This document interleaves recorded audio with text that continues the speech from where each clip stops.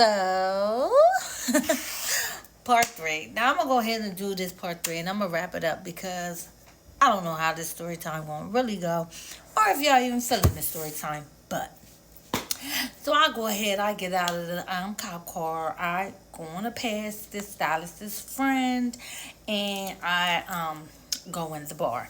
Now when I get in the bar is like lit, and lit means packed. So it's packed as hell in this bar. Um, I go to my best friend, bartender.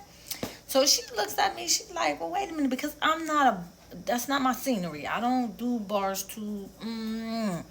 So she comes up to me. She was like, "Well, what's going on, best friend?" And I'm like, "Girl, if you got time, I need wine."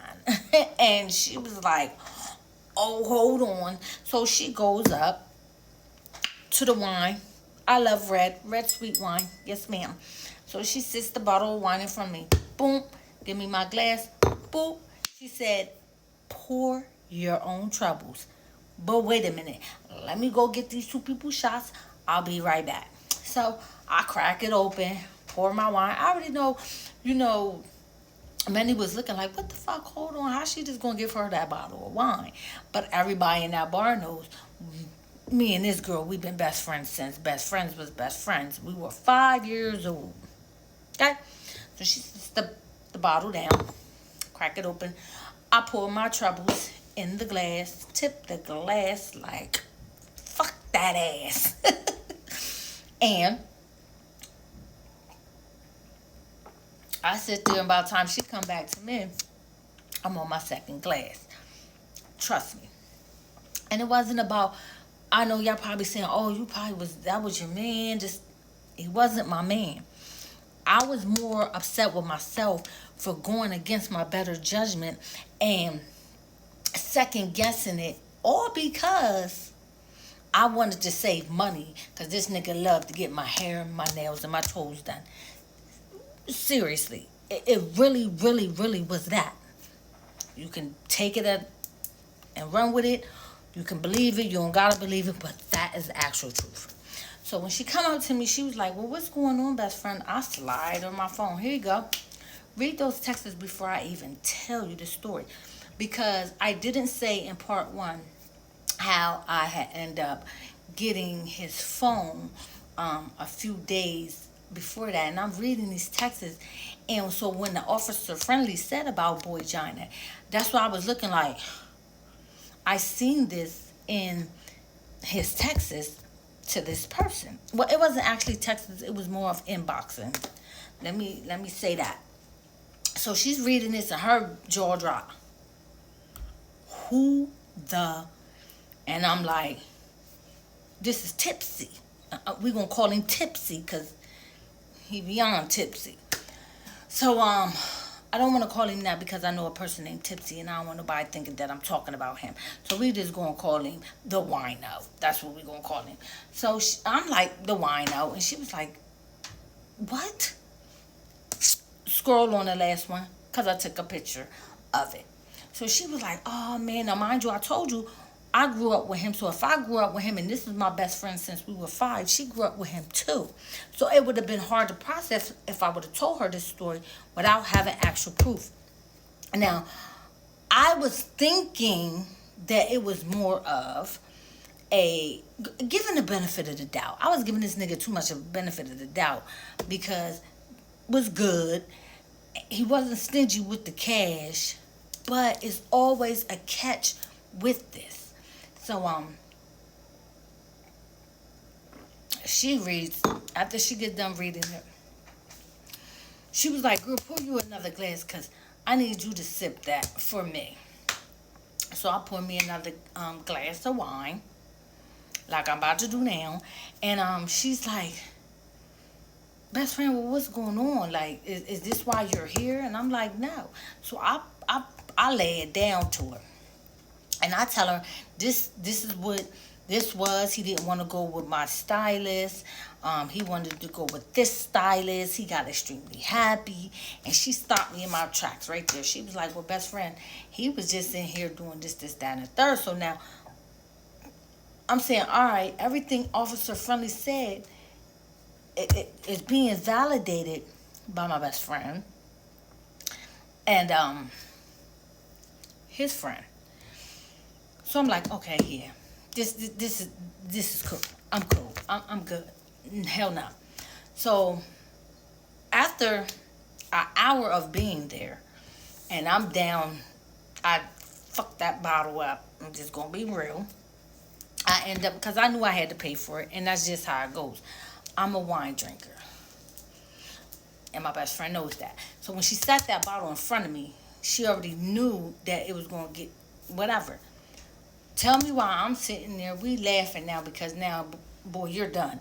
I done told her I done passed Officer Friendly my number, and I want to see why I can't see what the boys in blues is hitting for her, and walks the wine up.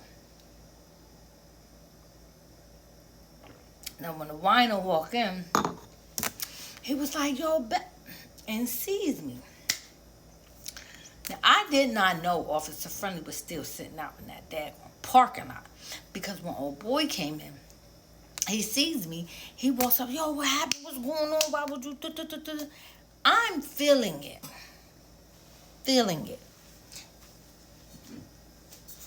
and when I'm telling, boy, if you don't get your faggot ass out my face, forgive me because I have male friends that prefer males sexually. But this is what I said to him. He was like, "Who you think you talking to?" I'm twisting the bottle off because I got a little bit left. And I take the glass and I pour it and I say, "You." Kiss it. Put the top on. My best friend looking at me like, and I do just like this. If you don't get away from me, it's going to be a problem. Now, if you holding a bottle just like this, get away from me, bro. Because I feel as though your sexual preference can be whatever it is. Don't bring that to me. Don't bring it to me because I love my health. I respect myself a lot. Rather, however, whatever. You are not about to put me in a sticky situation where this person don't like me because of you. Because I'm not a confrontational person where I'm not like you over no man. That was never my style. But for you to come and play in my face like that and then bring that shitty shit around me, you playing in my face.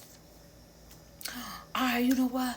I'm far from that. And I'm far from that. So as he's saying that, Officer Friendly's coming in the back door, and the guy, the stylist, is coming in the front door. I said, if this don't look a mess, I don't know what is. I said, that's very ironic. I said, but brother, get away from me because I don't want you. I don't like you. That just didn't fly with me, and I'm cool on it. When the stylist came up to me, the first thing he said was, "I'm sorry, I didn't know that y'all was into each other in that manner." And I told him, please step back because now you completely and continuously playing in my face. I'm not worrying about you. I'm not worrying about him. But only thing I wanted either one of y'all to do was say something to me. Officer Friendly came up. He said, and if both of y'all don't back out of her face, I'm take both of y'all down for harassment, and I'm gonna get you for assault. Do you know how far they got away from me? And that's been over 10 years. I was 33. I'm 46 now. You better watch who y'all lay with. You better watch who y'all lay with. And I ain't saying it to be harsh or hateful, but if you liking one thing, let that person know what you like. Let them choose if they want to deal with you. Because they don't got to put up with it. But at least give them a chance to choose. That's all I'm saying. That's how I feel.